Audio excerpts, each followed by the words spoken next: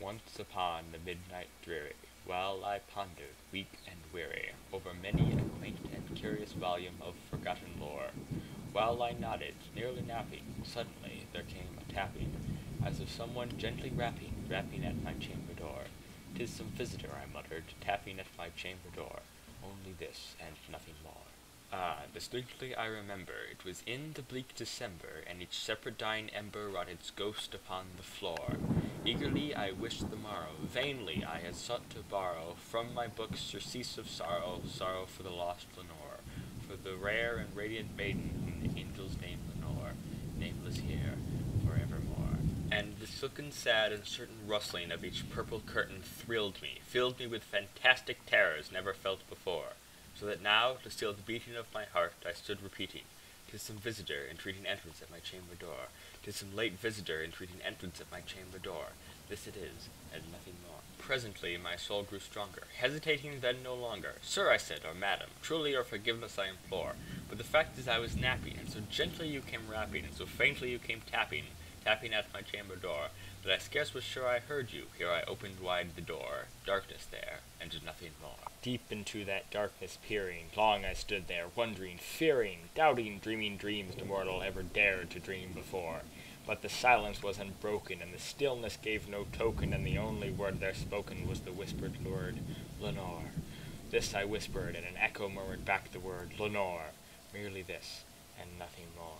Back into the chamber turning, all my soul within me burning, soon again I heard a tapping, somewhat louder than before. "Surely," I said, "surely this is something at my window lattice. Let me see then what thereat is, and this mystery explore. Let my heart be still a moment, and this mystery explore. 'Tis the wind, and nothing more." Open here I flung the shutter, when with many a flirt and flutter, in there stepped a stately raven of the saintly days of yore. Not the least obscene made he, not a minute stopped or stayed he, but with mane of lord or lady, perched above my chamber door. Perched above a bust of Pallas, just above my chamber door. Perched and sat, and nothing more. Then this ebony bird, begilding my sad face into smiling, by the grave and stern decorum of the countenance it wore. "Though thy crest is shorn and shaven, thou," I said, "art sure no craven, ghastly grim and ancient raven, wandering from the nightly shore. Tell me what thy lordly name is on the night's Plutonian shore." Quoth the raven, "Nevermore." Much I marvelled this ungainly fowl to hear discourse so plainly, though its answer little meaning, little relevancy bore, for we cannot help agreeing that no living human being ever yet was blessed with seeing bird above his chamber door, bird or beast upon the sculptured bust above his chamber door, with such a name as Nevermore. But the raven, sitting lonely on the placid bust, spoke only that one word, as if his soul in that one word he did outpour.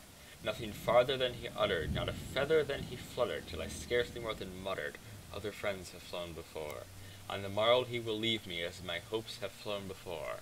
Then the bird said, "Nevermore." Startled at the stillness broken by reply so aptly spoken, "Doubtless," said I, "what it utters is its only stock and store, caught from some unhappy master whom unmerciful disaster followed fast and followed faster, till his songs one burden bore, to the dirges of his hope that melancholy burden bore, of never, nevermore."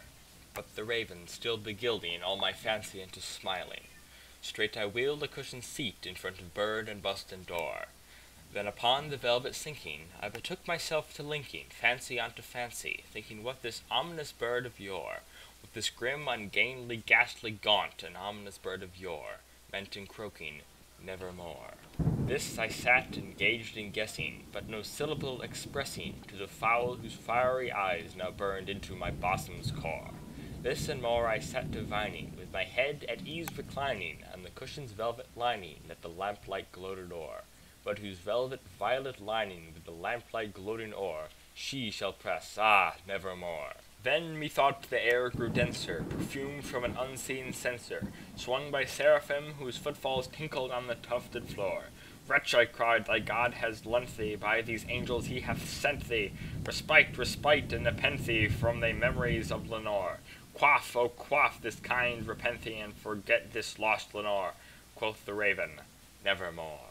"Prophet," said I, "thing of evil, prophet still, if bird or devil, whether tempter sent or whether tempest tossed thee here ashore, desolate yet all undaunted, on this desert land enchanted, on this home by horror haunted, tell me truly, I implore, Is there balm in Gilead? Tell me, I implore.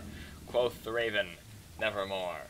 Prophet, said I, thing of evil, prophet still, if bird or devil, by that heaven that bends above us, by that God we both adore, tell this soul with sorrow laden, if within the distant Aidenn I shall clasp a sainted maiden whom the angels name Lenore. Clasp a rare and radiant maiden whom the angels name Lenore. Quoth the raven, Nevermore. Be that word our sign of parting, bird or fiend, I shrieked upstarting. Get thee back into the tempest and the night's Plutonian shore. Leave no black plume as a token of that lie thy soul hath spoken. Leave my loneliness unbroken, quit the bust above my door. Take thy beak from out my heart, and leave thy form from off my door. Quoth the raven, Nevermore.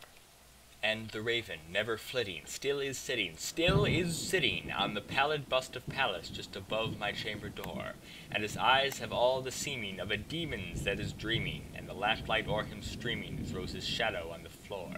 And my soul from out that shadow that lies floating on the floor shall be lifted nevermore.